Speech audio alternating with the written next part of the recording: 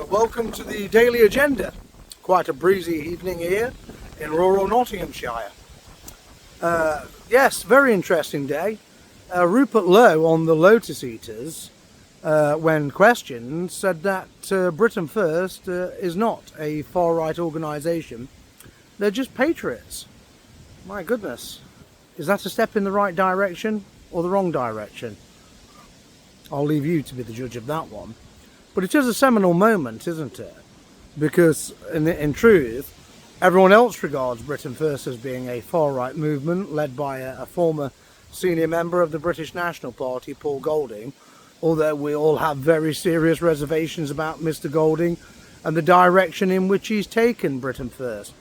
Now, Britain First, as I'm sure the educated know, was the mantra of the British Union of Fascists and also the British National Party.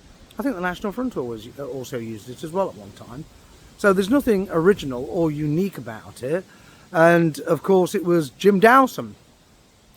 Yes, that notorious fly-by-night grifter par excellence in the British National Party, who popularised Britain First and then walked away and left it to Golding and company. Perhaps Jada Franson is a good source to refer to on Paul Golding.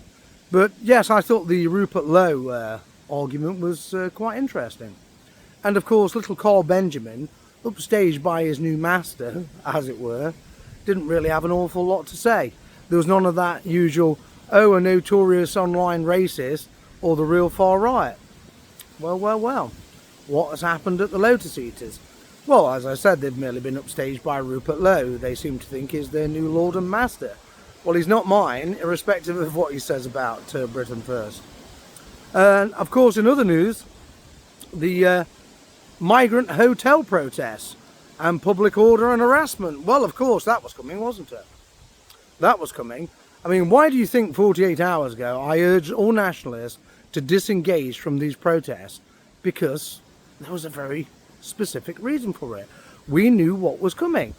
And of course, because we're the older, wiser monkeys in the tree, the little monkeys who are playing down at the bottom of the tree think they know better than the older, wiser monkeys who are up there at the top of the tree for a very specific reason.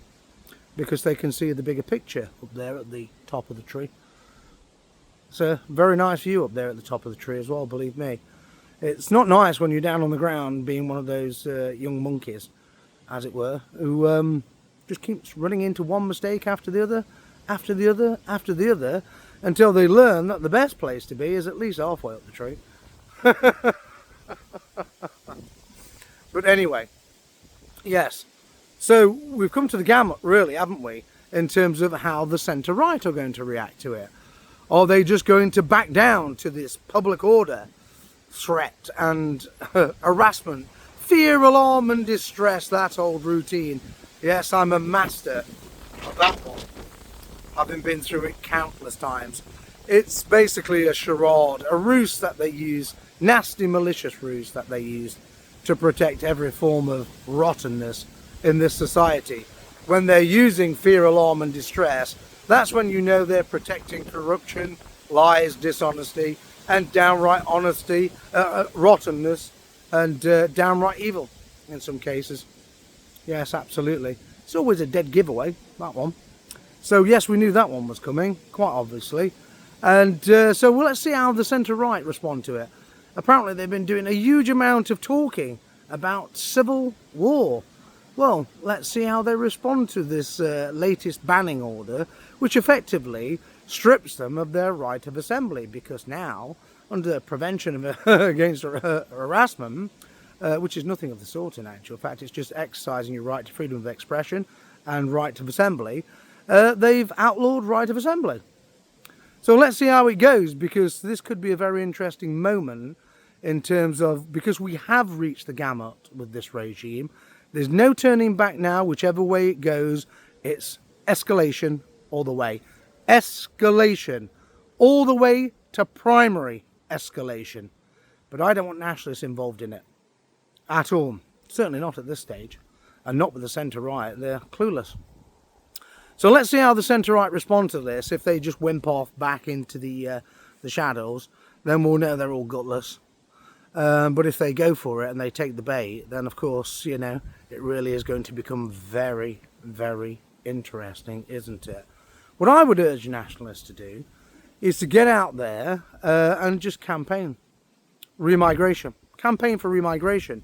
If they ban us from doing that, then obviously, you know, we're into a new ball game, a new territory, in which we will have to defend our democratic rights by other means, won't we? And that's all I can say at this moment in time. And let's leave it at that. But we are definitely now on a path of direct confrontation with this regime and its bank hoppers. There is absolutely no way out of this. This is a catch-22 situation. But at this moment in time, I would urge all nationalists to disengage from the migrant hotel protests, because they are utterly pointless in the grander strategic picture. There is a bigger strategy at work here, and nationalists should be aware of what that is. I've actually discussed it with some very senior nationalist people, and we're all in agreement on it. We're all singing from the same page, believe me. So that is my advice. It's not going to be a particularly long video tonight. It's going to be quite short, because I've been talking to a friend who actually came out here with his son, and it was good to see him. And he's a former police officer, and I've known him for many years, and yeah, he got out at exactly the right time, as he put it, before this horrible politicisation kicked in. And yeah, he actually even bought one of my books, a signed copy of my book, The Underground.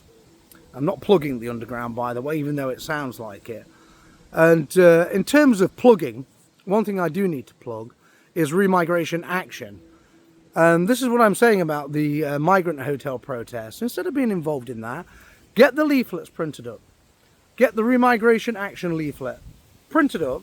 Get out there campaigning, knocking on doors, etc. Winning people over at grassroots level on the doorstep. If we're banned from doing that, then of course, you know, we've reached primary escalation. Let's cross that bridge when we come to it. It won't be a bridge too far, I assure you. It will be exactly the right bridge, and we'll cross it when we're ready. But for this moment in time, disengage.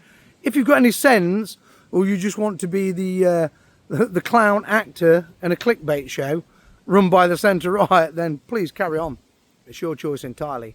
But I won't be there with you, and I won't send anybody to help you in any way, shape or form. No chance. This matter is far too serious to to waste people on ridiculous antics of the nature that's happening right now.